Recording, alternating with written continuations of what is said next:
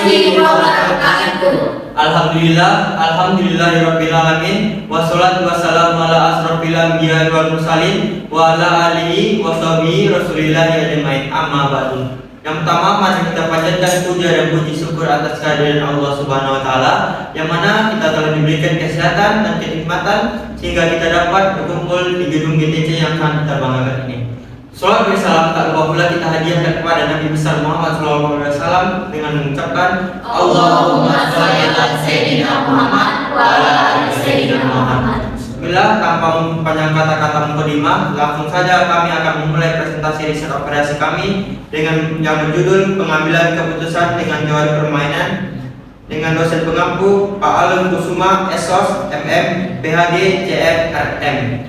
Langsung saja, sebelum memulai presentasi, alangkah baiknya kami memperkenalkan diri. Perkenalkan, nama saya Gisa Putra sebagai moderator. Nama saya Sri Puspani Arum. Saya Hazela Nita Melisa. Saya Fadika Putri. Saya Sofia Armida. Saya Ariati Agung Pramani. Saya Nita Zahra Melia. Saya Nadif Penjadra. Dan saya Rizky Nazalem.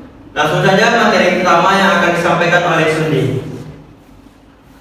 Yang pertama-tama adalah definisi dari teori permainan. Untuk kita mengetahui materi selanjutnya, kita harus mengetahui dulu definisi dari teori permainan itu sendiri. Jadi teori permainan merupakan pendekatan matematis untuk merumuskan situasi konflik atau persaingan antar berbagai kepentingan.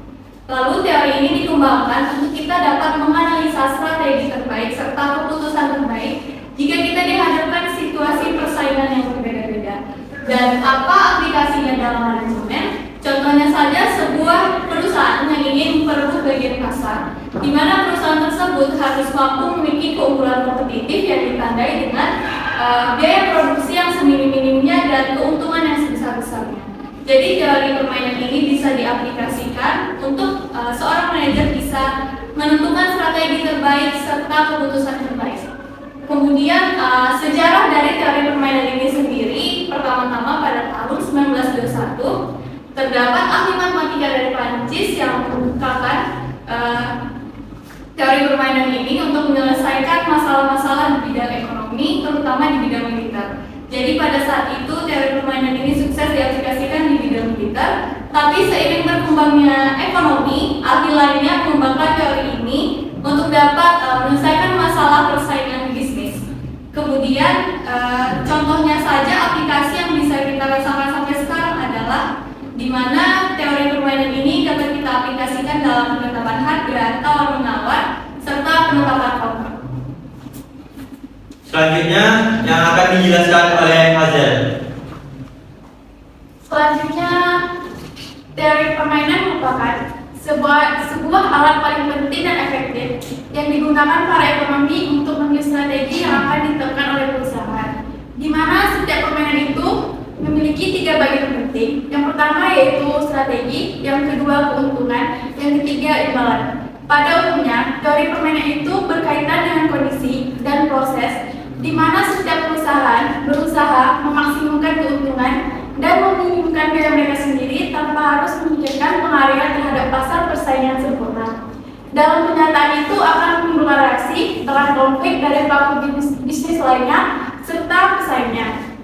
Jadi masalah yang akan terjadi pada bisnis bisa disebutkan dengan permainan, di mana masing-masing yang terlibat akan berlomba untuk memenangkan dan mengumpulkan laba paling tertinggi.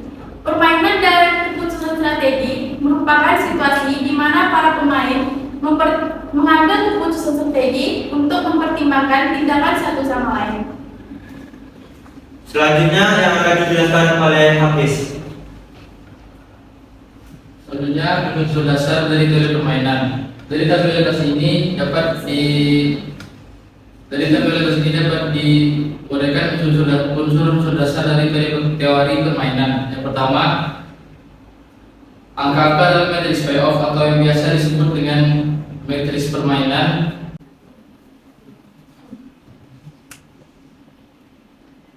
Yang pertama, angka-angka dalam matriks payoff atau yang biasa disebut dengan matriks permainan menunjukkan hasil-hasil dari berbagai strategi-strategi permainan yang berbeda-beda.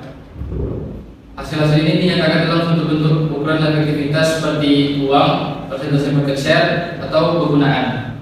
Lalu yang kedua, suatu strategi permainan adalah rangkaian kegiatan atau rencana yang menyeluruh dari seorang pemain sebagai reaksi atas aksi yang akan dilakukan, yang mungkin akan dilakukan oleh pemain yang menjadi pesaingnya. Dalam hal ini suatu strategi dianggap tidak dapat dirusak oleh pemain, oleh pesaing atau faktor lain. Lalu yang ketiga, aturan permainan menggambarkan kerangka dengan mana para pemain dapat memilih strategi mereka. Selanjutnya yang akan dijelaskan oleh Nadine. Baik, selanjutnya di sini ada keseimbangan nas dan strategi optimal dalam kompetisi bisnis. Saat strategi dominan tidak terjadi, keseimbangan masih dapat dicapai apabila masing-masing pemain bisa memilih dengan optimal berdasarkan pemain terhadap pilihan pemain lainnya. Seperti contoh di atas, kita lihat jika pemain A memilih atas, maka pilihan optimal bagi B adalah kiri.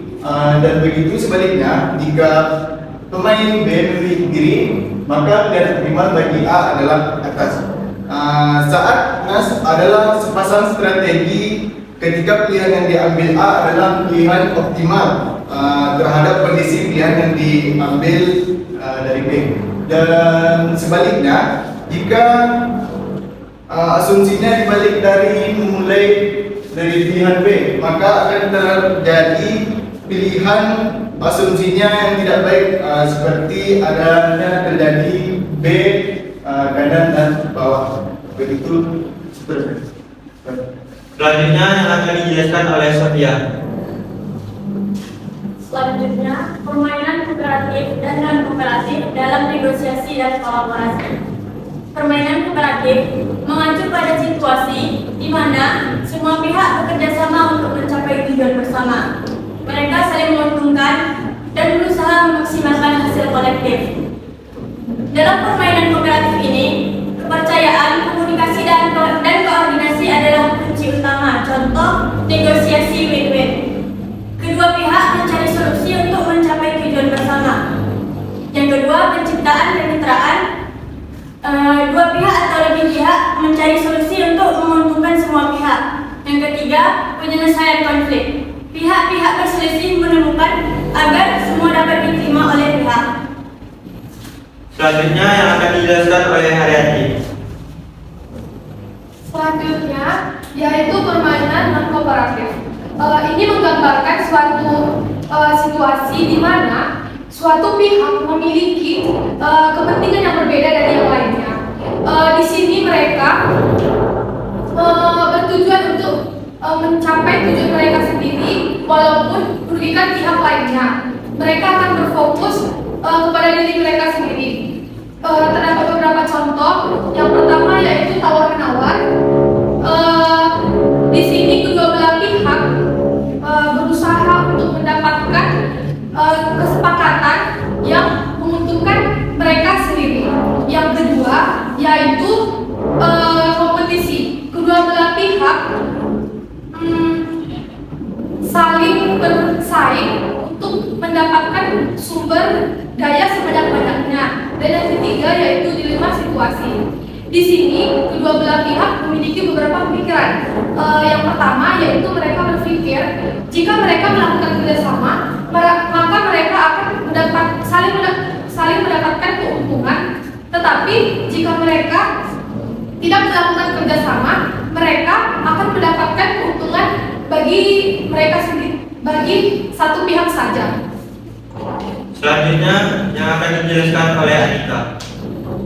Selanjutnya yaitu contoh penerapan teori permainan dalam mengambil keputusan strategis dan pemasaran. Teori permainan dikembangkan untuk menganalisis dalam proses pengambilan keputusan dalam situasi-situasi persaingan yang melibatkan dua atau lebih kepentingan. Berikut adalah contoh aplikasi teori permainan dalam manajemen. Yang pertama yaitu analisis strategi pemasaran. Teori permainan digunakan untuk menentukan strategi pemasaran yang efektif. Misalnya dalam penelitian tentang retail modern, teori permainan membantu untuk menentukan strategi, harga, lokasi, pelayanan, dan lain-lain yang optimal untuk meningkatkan penjualan. Yang kedua yaitu optimasi strategi.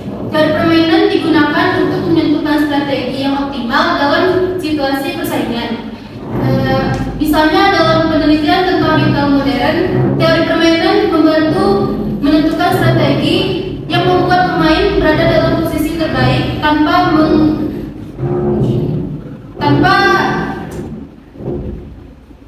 memperhatikan langkah-langkah yang dipilih oleh pemain pesaingnya. Yang ketiga yaitu analisis keputusan. Teori permainan digunakan untuk menganalisis proses pengambilan keputusan dalam situasi persaingan. Misalnya dalam penelitian tentang retail modern, teori permainan membantu menganalisis keputusan-keputusan penetapan harga yang optimal. Selanjutnya yang akan dijelaskan oleh Fadia.